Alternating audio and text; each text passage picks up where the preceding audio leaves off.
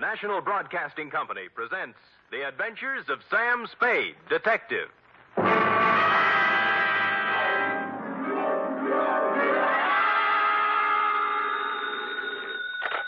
Spade Detective Agency. Hi. Sam? Who else? Did you wind it up, Sam? Is it all over? If you're talking about the usual happy ending with the villains dead and buried and the lovers joining hands while the camera does a slow fade, it is not all over, sweetheart. What do you mean, Sam? The villains in this piece are for real, still doing business at the same old stand from one end of the country to the other. Oh, Sam, you sound so grim. Only because I have a grim tale to tell, little one. So warn all within earshot that if they seek bluebirds of happiness, sweetness and light, and love conquers all, to try another detective. Because even now, I am on my way with something that might butt into your sleep for the next few days. To wit, my report on the Denny Shane caper.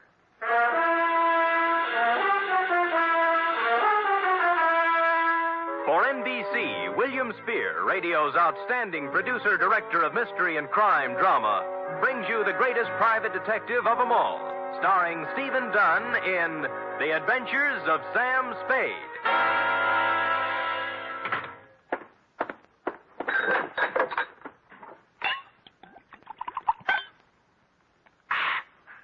Effie! Sam? Yeah. Oh, I'm sorry, Sam. I didn't hear you come in. Ooh. Oh, tired, Sam? Yeah.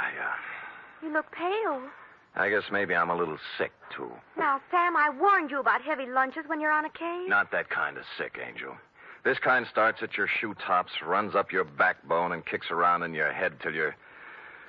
Where's the book? Right here, Sam. Okay. The date, fill it in. 2? To John Q. Public.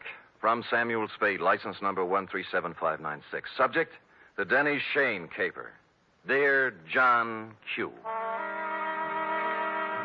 She was sprawled in the corner chair when I got back from lunch. A kid of 16 or so, complete with bobby socks, hair ribbons, and shoulder bag. The kind you see every afternoon in the drugstore near the high school, making jive talk over a soda.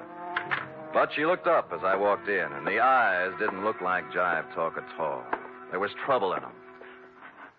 You're Mr. Spade? Yep. The detective?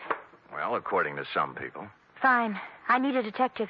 You're sure now? Mm-hmm. Positive. What would you be doing with a detective? Your ad in the classified section said you find people. Well, sometimes. They're not too badly lost, that is. Who do you want to find? Did you ever hear of Denny Shane? You don't really want to find Denny Shane, do you? Why not? Well, most people want to lose him. Then you do know him. I'm glad. Here's $20. Now, wait a minute. Hold it, honey. Don't get anxious. What's the matter? Don't you want to be paid for this? Not if I don't do it. What do you mean? Let's talk about you. What's your name? Mary Johnson. Does it make any difference? Mm-hmm. Mary Johnson. Where do you live, Mary?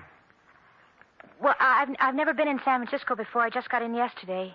Staying with a friend out in the marina. My home's in Denver. Denver, Colorado. 2028 14th Street. Okay. Here you are. You want to sign the contract? Oh, all right. Where do I sign? On the line here. Oh. No. The right name. Sally Joan Michaels. How did you know that? Next time you use an alias, leave the identification bracelet home. Oh.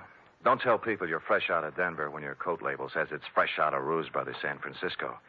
Now, let's try it again, huh? What about Denny Shane? Well, I want to find him, that's all. Well, that's a lot. Why? I'd rather not say.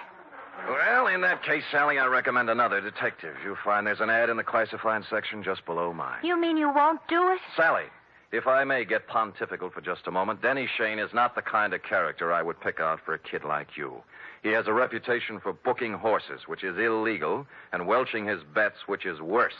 He is associated at one time or another with almost everyone in the files of the Kefauver Committee. And as for the girls he runs around Stop with... it, will you? Oh, so that's it. No, that isn't it. I've never seen Denny Shane in my life. If we do find him, you'll have to point him out to me. Really? He's been good to me. You see, all my life he's been good to me. Mm-hmm. And you've never seen him? No. Denny Shane is my brother, Mr. Spade. My mother died when I was born. I was adopted, but Denny went to an orphanage, and I guess he sort of ran wild after he got out. Yeah. What do you mean he's been good to you? Sent me money on birthdays and Christmases, sometimes in between. He always said if I needed help to tell him, but I never knew where to find him. We need help right now, Mr. Spade. My stepmother has to have an operation, and I know Denny will give me the money if I can find him. Why did you tell me all those black lies? I was afraid you'd call my folks. They'd be horrified if they found out. Oh. This is the truth now. Girl Scouts honor. Yes, Mr. Spade. Okay, you run home and study your algebra, and I'll look up Shane in court. No, I've got to talk to Denny myself. You're sure you want to come along? Oh, yes. Okay, but I'm going to have to leave you outside while I talk to his friends.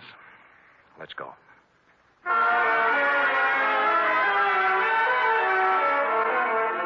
I hadn't seen Shane since 3 years ago when he conned a client of mine out of $3,000 on a phony mining stock deal. I knew it was waste motion, but I checked the hotel where he was living then and found he was long gone. Came next in the following order: one gambling joint in South City, one saloon in the Mission, and one very dubious apartment on Turk Street, run by a charming wench wearing wedgies, culottes, and peach brandy. She gave me a peachy smile. Oh, Denny Shane? Don't step on your laughs. You seen him lately? Funny you asking about Denny. I saw him yesterday. First time in 2 years coming out of Augie Dano's. Oh, who's Augie Dano? Runs his gym exercise studio, reducing setup on Sutter Street. You know, work a little, lose the middle. Get it? Yeah, I got it. But anyway, thanks.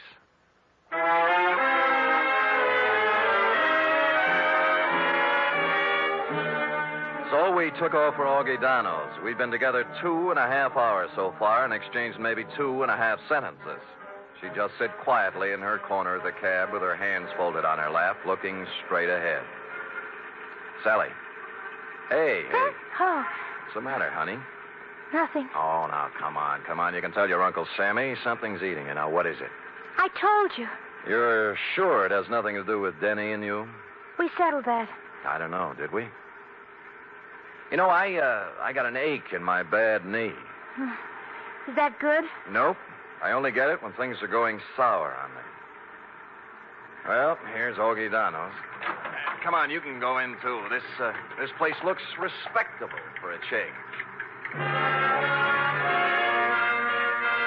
The gold lettering on the door said Augustine Dano, Masseur, Scientific Reducing.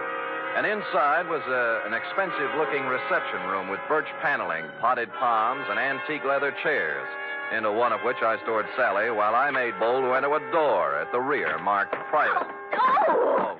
Oh, now, there. Look what you made me do. I am sorry. Oh, dear me, you should be.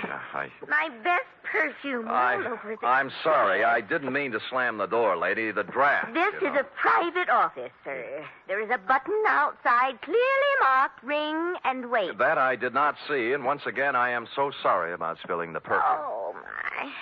Toujours, my regret. TV. Hmm? $12 an ounce. Oh, well, I regret TV, too. Now, look, how about announcing me to the professor? But now, if you mean Mr. Dano, he's quite busy with another... Miss Rudnick, if the envelopes are ready, Oh, who's this? You've got me. My name's Spade. Spade? Spade. The detective? Yeah, Detective? Oh, what... Just a minute, Miss Rudnick. Would you have your nerve barging in like that? I thought you were a client. All right, Miss Rudnick. All right, here. Well, 4 bits. Now, buy yourself another quart. well, I never... This I can believe. Well, what do you want, Spade? I'm looking for Denny Shane. Someone saw him walk out of here yesterday. Shane? That's right. Well, what's the matter? Some trouble or something? No, his kid sister's trying to look him up. Oh. That's funny. What? Well, that someone saw him coming out of here. I'd never heard of the guy. Of course, we got people in here all the time, salesmen, agents, friends of clients, But no Shane. Not that I know of. What's he look like? Oh, about my height, blue eyes, pale complexion, too thin to be coming here as a customer. Well, I wish I could help you, pal, but like I say, so many people come in and out of here, you know. Sure. Thanks anyway. Bye. Bye. Any luck? No, never heard of him. Come on. Too bad. Where to now? Oh, there are a couple of more places. After you. Cab's gone. Well, I told him not to wait. I thought we might have something to eat across the street. I'm not hungry, thanks. Look, you better call your parents. No, don't. I told them I was spending the night with a girlfriend so they wouldn't worry. That's another big black lie. Look, I'm tired of playing this way. I want it all. I told you. You're eating your heart out over something, and it's not Mama's operation. Now, it's something bigger, and it hurts worse. And don't tell me any different because it's written all over your face. Please don't ask me any more, please. Oh, skip it. Where's the cab? Don't take me home. That's just where you're going, honey. Well, What's the matter? look, coming up the street. Is that... Yeah, Denny Shane. You're sure? Of course I'm sure. I've got to be positive. I'll prove it to you. Denny? See? Yes. Denny, come here a minute. Oh, Sam Spade, isn't it? Yeah. Well, you recognize the kid? No. She's your little sister. Sister? What are you talking about? I haven't...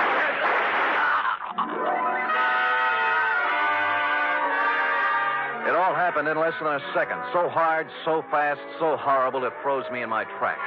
The shoulder bag flew open, there was an automatic in her hand, and then Denny Shane was dead on the pavement, and she was turning toward me, her face a sick gray color, handing me the gun, handle first. There. It's done now. You can take me to the police.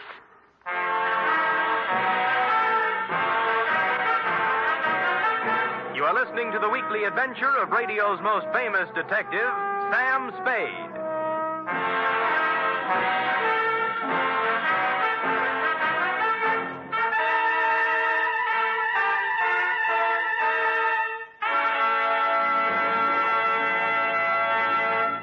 Three chimes mean good times on NBC. Whether it's comedy, music, or drama you're after, you'll find it on The Big Show this Sunday. The dynamic Tallulah is your hostess, and her guests include Fred Allen, Jimmy Durante, Vivian Blaine, Jane Morgan, and Rudy Valley. You're invited every Sunday to The Big Show. And this Sunday also brings you a 1-hour adaptation of F. Scott Fitzgerald's exciting novel, This Side of Paradise, presented by Theater Guild on the Air and starring Richard Widmark and Nina Foch.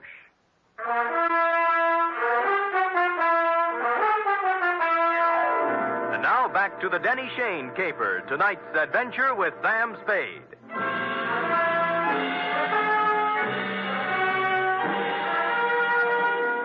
I won't try to give you the play-by-play for the hour following the shots on Sutter Street because I was in no shape to remember things in sequence.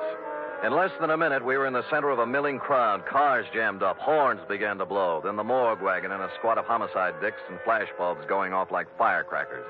And Sally standing them all off with a frozen gray expression on her face that never changed.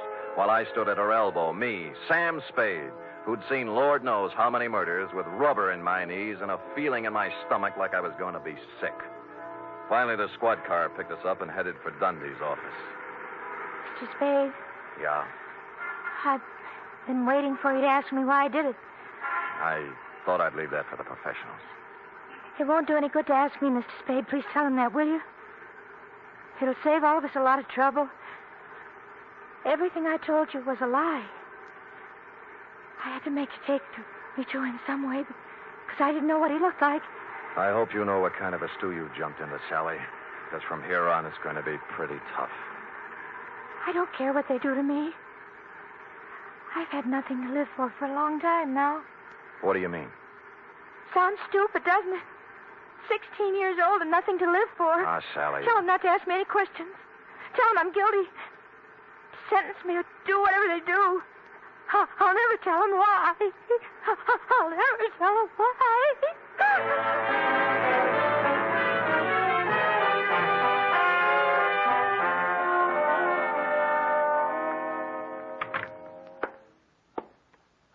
me a cigarette, Sam. Yeah. Why did I have to grow up to be a homicide, Dick? No dice, Lieutenant? No dice. It's her old man's gun. Hooked it out of his drawer this morning before she left for school. I still think she's mixed up with Shane somewhere. Dundee, believe me, that's one thing I can guarantee. She didn't know Shane from Hopalong Cassidy. Well, I'm only falling back on the standard answer to this kind of a clam bake, Sam. This is not a standard clam bake. You're telling me. You know, Sam, it kind of scares you. What the Sam Hill's happening to our kids? A 16-year-old girl still in high school walking up to someone on the street? Shut up, Dundee. Oh, I'm sorry. It's got me, too. She's resting on the couch in there. Stick around till I get back. I gotta go down and wait for her folks.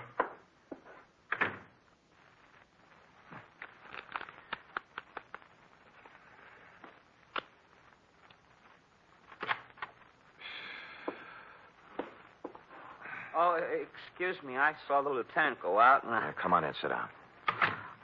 I'm a friend of Sally's. Do you think I could talk to her for a minute? Well, I don't think she feels like talking. Look, I got to, mister. I got to talk to her. What's your name? Eddie Tucker. I go to school with Sally. I've been waiting for 3 hours outside for a chance to talk to her. Can't I, please? What's it about? It's kind of personal. Okay, through the door there. Oh, thanks. And leave it open. Yes, sir. The minute he went in, I slid along the wall into a corner between the door jamb and a file case. And through the doorway, I could see them both in a mirror on the far wall of the inner office. Sally, What are you doing here? I had to see you, Sally. I heard about it, and I had to see you, that's all. You're wasting your time, Eddie. It's all over and you know it. You shouldn't have done it, Sally. You know what I promised you. I know what you promised me all the other times, too. This was for keeps, honest. So are the other times. All right, look. Look at this, see? Out the window. Watch. Now do you believe me? Eddie, it's not your fault anymore. I don't blame you, honest. All those promises... I'll keep this one, Sally. Honest, I will. No. You're a zombie, Eddie. You know what a zombie is? Someone who moves and walks around, but who's dead inside. Go away. Now. Go away. He got up slowly and walked past me out the door, rosy-cheeked, 17, with a tired, old man look in his eyes. A few minutes later, the matron came by, and I left her with Sally. The window in Dundee's office opened onto a second-floor roof below, and directly beneath it, I picked up what Eddie had tossed out. A set of car keys in a leather case, plus a third one that looked like it belonged to a school locker with the number 339 on it. And written in ink on the leather inside, like a memo, was Denny Shane, 778 Turk Street, apartment 4.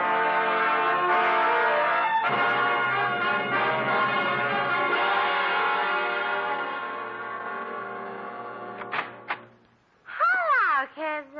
Oh, well, it's you again. Yeah. Well, hold it, Jack. Aren't you going to wait for an invitation? You done me wrong this morning, honey. About Denny? Yeah. Said you hadn't seen him in 2 years. I told you about Augie Dano, didn't I? Anyone told you about Denny Shane? No great loss. Pax for biscuit. Oh, would you like a drink? Thank you, no.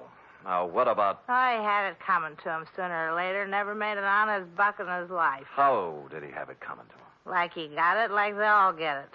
What was his racket? Numbers. You know how it works? You buy a number and... Yeah. How do you know all this?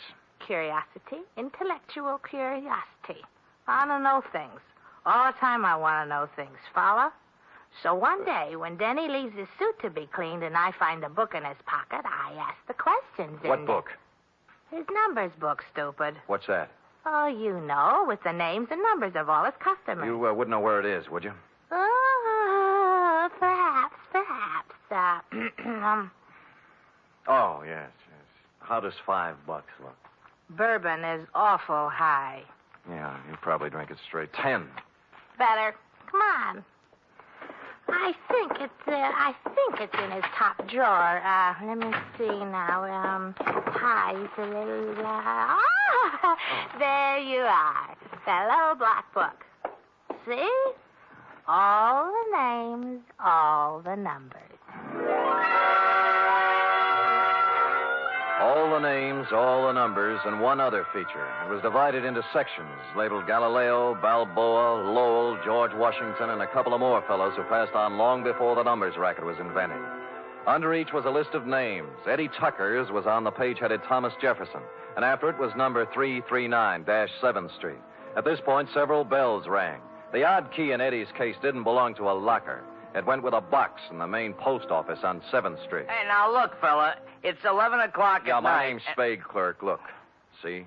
The license. I don't care about the license. The rules and regulations of the United States Postal Service. I know, through rain and sleet and snow and hail. But there's been a murder, you see. Murder? Yeah. Oh, well, in that case, I suppose we Great. Where's the mail for the boxes? can... on the table over there, but it isn't distributed. If you'll wait a shake... I'll wait a shake. It took more than a shake, but we got to it just before midnight. A scented envelope it was, addressed simply to Eddie Tucker, box 339. And in it was the answer to everything. The tired old man eyes on the kid Eddie, the zombie. And Sally, who figured her life was over at 16 because Eddie was through. But who had sent it to him was something else again. Just a plain white envelope, the kind you get for a nickel a pack in the dime store. I looked at it a little closer, wondering what manner of stationer would deem it fitting to sprinkle perfume on the kind of envelope most people mail their bills in. And finally, a possible explanation took shape in my mind. You don't have to hit Spade on the head with a baseball bat. Any large-sized mallet will do. Not just a minute, Spade. I deserve an explanation. You'll get it. You'll get it, Augie. I'm in bed asleep. Where do you get off buzzing my bell this time of night? Patience. But look. You're alone? Yeah. Good. Yeah. Well, what are you taking your coat off for? Just relax, Augie. Yeah, there's the coat. Tie. And now the shoulder holster. Shoulder holster? There we are. Wait a minute now. What is all this? Well, you know the old saw, Augie. Work a little, lose the middle. What I need is exercise. Great. All right, you come around to the studio sometime. What's the matter with you? Are you crazy? Yeah, get up. I want to try it with the right hand. Look, Spade. They got ground rules over at headquarters now, Augie. No white lights, no rubber hoses, but they don't apply to private dicks. Get up! Listen, if you're looking for trouble, The right's even better. Okay, up you go now. Come on! Up against the wall. Now. Hey, let go of me, Spade. Let's talk, huh? Talk? Yeah, about Denny Shane, about the kids he smeared with his filthy hands. High school kids from Balboa High and Lowell and George Washington. Good kids, straight kids. I don't know nothing about you. Your outside man, wasn't it? Your roper. Turning up in drugstores and jive joints with those dirty little packets of heroin he passed out as headache powders. No, I don't know nothing. So he got him hooked hard, huh? Hey, off. There was no more, and then they got a mailbox number and a key. Then they raised money any way they could. I got nothing to do with it. My studio. Yeah, your studio's a front. Does the dame down there know what's in those envelopes she mails every day, or does she think they're statements? Come on, talk, Donald. Talk! Talk!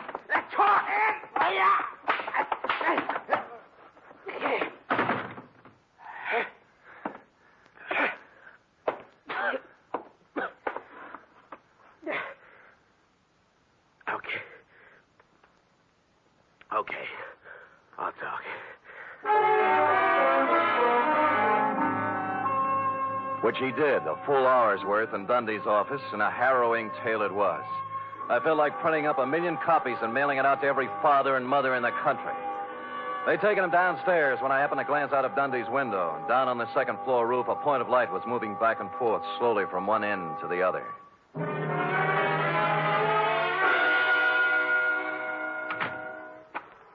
Eddie. Where are they? Where are those keys? I've got to have them. Here. Oh, thanks. My car. I couldn't get home in my car, you see. You don't need to without kid keys. me, Eddie. I know all about it.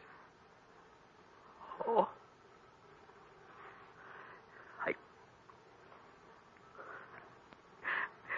can't do anything about myself, Mr. Spade. I'm helpless. What she said. Zombie. You're not helpless. You can't handle a little love, maybe, but you're not helpless. Other guys have licked it, and you can, too, if you want it bad enough. I want you. Honest. Good, that's all you need. And we'll take care of the rest. Let's go.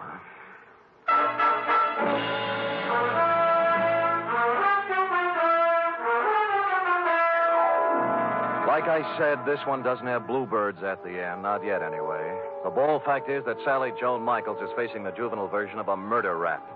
However, the best criminal lawyer in town has volunteered to defend her, and the state will be represented by the most half-hearted prosecution that ever set foot in the courtroom. Eddie Tucker is entering a sanitarium tomorrow, making him luckier than some of the other kids in that little black book. What about yours, John Q? Period. End of report. Well? Oh, I don't know what to say, Sam. I feel so awful. I guess I'd better not make any comments at all. Me too, sweetheart. Let us lose ourselves in our work. Me in this cheap novel you were reading, and you in the merry chatter of that 1906 model Oliver. Scoot.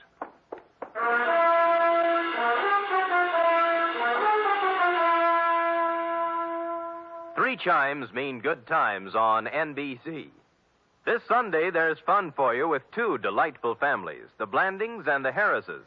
Mr. and Mrs. Blanding stars Cary Grant and Betsy Drake as the troubled but proud owners of the famous Dream House.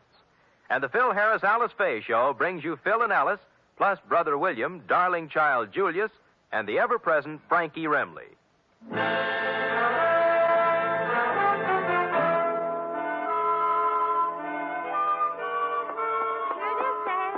Amazing. Oh, not really, Sam. There's nothing amazing. Don't sell yourself short now. I'm just a plain garden variety secretary, Sam. Look at that. Immaculate. Not a mistake. Oh, Sam. And in 26 seconds flat, in just the time it took that man to read a short announcement, you type out 5 copies of a 28-page report. In my book, that is amazing. All right, I admit it, Sam. I'm amazing. Good. And another thing. What's that? I'm hungry. Oh.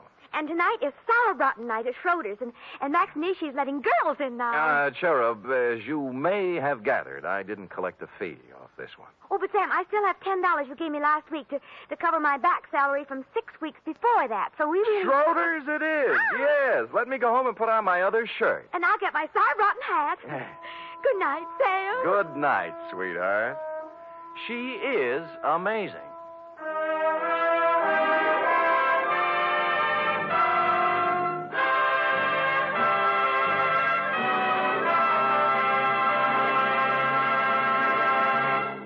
The Adventures of Sam Spade are produced, edited, and directed by William Spear. Sam Spade is played by Stephen Dunn. Lurene Tuttle is Effie.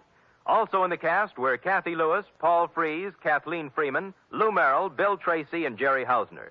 Script for tonight's adventure by Harold Swanton. Musical scoring by Lud Gluskin, conducted by Robert Armbruster.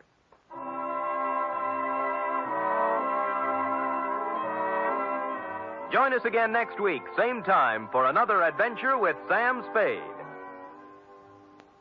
You can help in the fight to conquer cancer. Strike back at cancer by joining the 1951 Cancer Crusade of the American Cancer Society. Help science help you. Give generously to your local unit by mailing your contribution to Cancer, care of your local post office. Cancer is a major problem, and the fight against it deserves major support. Laugh with the magnificent Montague and Duffy's Tavern each Friday on NBC.